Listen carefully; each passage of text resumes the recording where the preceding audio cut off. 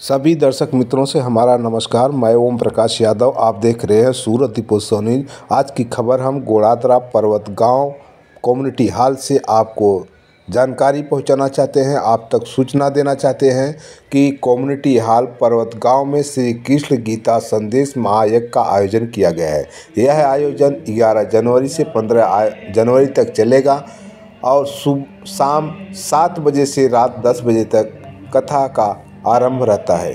हम आप सभी से अनुरोध करते हैं कि शाम 7 बजे बड़ी से बड़ी संख्या में पहुंचकर कथा का पूरा आनंद लें, कथा के बारे में ज़्यादा से ज़्यादा जानकारी लें।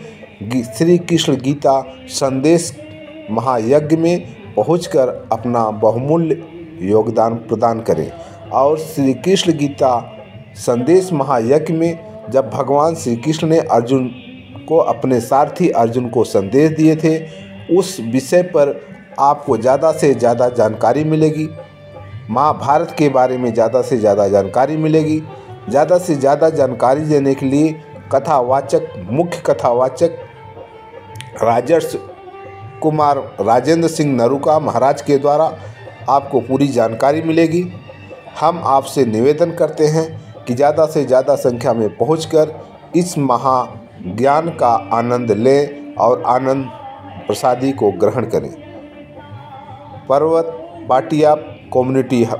गांव कम्युनिटी हॉल में यह कार्यक्रम का आयोजन किया गया है। यह कार्यक्रम 11 जनवरी 2023 से 15 जनवरी 2023 तक चलेगा।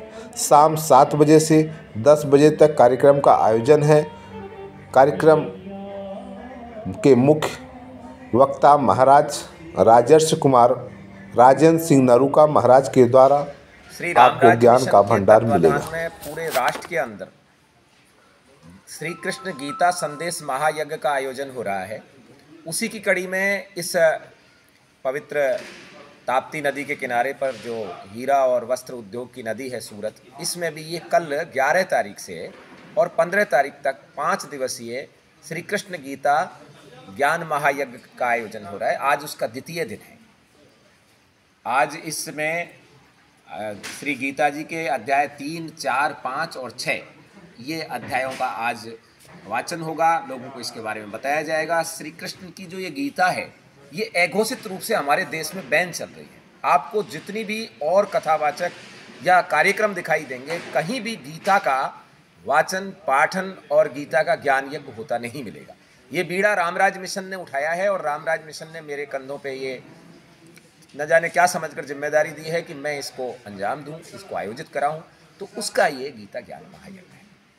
तो ये प्रक्रिया से वंचित रखा गया, तो इसको किसको दोषी मानते हैं आप? इसमें कौन लोग हो सकते हैं? मैं सकारात्मक पक्ष को देखता हूँ। ऐसा कोई नहीं है कि किसी ने जानबूझकर की हो सकता है कि श्री कृष्ण ने और अर्जुन के जो ये संवाद है, ये संस्कृत में है और आज लोगों में संस्कृत का अभाव है। तो हमने इसमें एक प्रयास और किया है। आदरणीय सवाई सिंह जी नरूका थे जिन्होंने गीता को संगीत में किया, तो हमने उसको सरल करने के लिए संस्कृत के श्लोक के साथ ही संगीत में भी किया है और संस्कृत के श्लोक के साथ संगीत में भी, ताकि वो रुचिकर रहे और उसके साथ साथ उसको साधारण भाषा में आज के परिवेश में गीता की वास्तव में क्या जरूरत है बताई जाए। क्योंकि गीता के अंदर जो शंका समाधान का विवरण है, ऐसा अनोखा विवरण, इतना मोटिवेशनल, इतना प्रेरणादायक कहीं भी देखने को नहीं मिलता। धर्म ग्रंथों में सनातन संस्कृति और शाश्वत धर्म का एक ही ग्रंथ मान्य है और वो है हमारी श्री कृष्ण गीता। आपने देखा होगा कोर्ट के अंदर भी किसी अन्य ग्रंथ पर रखकर गवाही के लिए हाथ नहीं रखवाया जाता। वहां सिर्फ श्री कृष्ण गीता पर ही हाथ रखकर गवाही दी जाती है। साक्षी देने के लिए गीता जी का प्रयोग किया जाता है। इसलिए ये वो अमृत है, समस्त वेदों और उपनिषदों का निचोड़ है।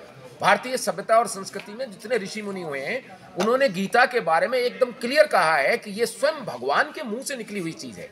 मानव द्वारा जितनी संशय हो सकते हैं वो अर्जुन के जरिए सभी ने शंकाएं रखी और उन शंकाओं का वासुदेव श्री कृष्ण ने सफलतापूर्वक समाधान किया। और जो अर्जुन बिल्कुल युद्ध नहीं लड़ने जा रहे थे, उनको पितामह भीष्म, आचार्य द्रोण और दानवीर कर्ण जैसे महान योद्धाओं से न केवल लड़वाया बल्कि विजय दिलवाई। आज हम साधारण जिंदगी में भी हर जगह किंक्रित विमूढ़ दिखाई देते हैं। करें या ना करें, क्या करें क्या ना करें, और ऐसी परिस्थिति में हम अवसाद में जाएं, इसके बजाय श्री कृष्ण की गीता पर यदि हम जाते हैं तो एक कर्मवाद का सिद्धांत प्रतिपादित होता है। गीता को सुनने से किसी को कोई स्वर्ग नहीं मिलेगा, कोई कुछ नहीं होने वाला।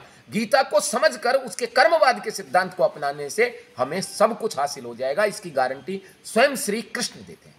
और ग्रंथों में गारंटी कोई देगा, दूसरा कोई धुंधमाल देगा, धुंधमी देगा, कोई और देगा, कोई क्या देगा। इसकी गारंटी तो खुद श्री कृष्ण दे रहे हैं, और श्री कृष्ण तो परात्पर ब्रह्म है। तो क्यों ना हम इस छोटे ग्रंथ को आत्मसात करके और हर एक जन तक साधारण भाषा में पहुंचाएं। वो ये भी है, इतनी सी बात है इसके। और कोई चीज आप पूछ लीजिए। तो और कहाँ इसका प्रयास आप लोग की तरफ से इसका किया जा रहा है? पूरे देश में हो रहा है इसका प्रयास? पूरे राष्ट्रव्यापी है। सूरत में पहली बार हो रहा है जी। और पहले इसका फरीदाबाद में हो चुका है, हरियाणा में। और अब चूंकि 2 साल तो कोरोना में निकल गई, 1-2 साल हमें तैयारी में लगी कि किस तरीके से इसका क्या प्रारूप हो, क्योंकि ये हटके है। यहाँ पर संगीत करते समय महिलाएं डांस नहीं करेंगी, यहाँ पर तालियां भी नहीं बजेंगी, यहाँ पर इस प्रकार का कोई काम नहीं होगा। सिर्फ वासुदेव श्री कृष्ण और अर्जुन की वाणी को यों की त्यों साधारण भाषा में एज इट इज जनता तक, आम जन तक पहुंचाने का ये प्रयास है, कर्मवाद के सिद्धांत। जैसा कि आपने फरीदाबाद में भी कर चुके हैं और सूरत में भी कर रहे हैं, रिस्पांस कैसा मिल रहा है? बहुत जबरदस्त, बहुत जबरदस्त रेस्पॉन्स है। लोगों को पता ही नहीं है कि ये अमृत ज्ञान यहाँ रखा, क्योंकि गीता तो वाकई अछूती है। यदि मैं आज आपको गीता भेंट भी कर दूं तो आप अपने पूजा घर में जाके रख देंगे, उसे पढ़ेंगे ही नहीं। गीता को आदमी डर के, क्योंकि कई लोगों ने, व्याख्याकार और टीकाकारों ने गीता को इतना डरावना सब्जेक्ट बना दिया कि गीता तो एकांत में पढ़नी चाहिए, गीता तो किसी तत्वदर्शी के पास पढ़नी चाहिए, गीता तो किसी पहुंचवान के पास पढ़ना चाहिए। नहीं, अर्जुन और कृष्ण दोनों ही नर और नारायण का रूप हैं और साधारण गृहस्थी वाले हैं। गीता तो युद्ध क्षेत्र में गाई गई है, तो फिर कैसा एकांत, कैसी गुफा, कैसी तपस्या?